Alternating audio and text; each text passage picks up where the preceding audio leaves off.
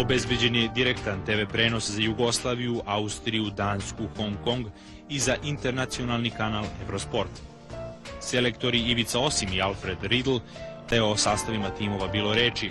Obojica su koristili pravo da otvore niz zagrada iza imena nekih članova tima za koje, navodno, nisu sigurni da će biti u igri od početka utakmice. U ovoj četvrtoj kvalifikacionoj grupi pored Jugoslavije i Austrije učestvuju još i Severna Irska, Danska i Farska ostrva. Beč. U popularnoj emisiji Sport u ponedeljak, Austrijancima je fudbalski susret sa Jugoslavijom poslužio za predviđanje brzog 21. oktobra 1990. godine. Bila je to reprezentacija Socijalističke federativne republike Jugoslavije i radilo se o kvalifikacionom meču za evropsko prvenstvo Ugić Sošo, Jozić Čezena, Prosinečki Crvena zvezda, Safet Sušić, Paris Saint-Germain.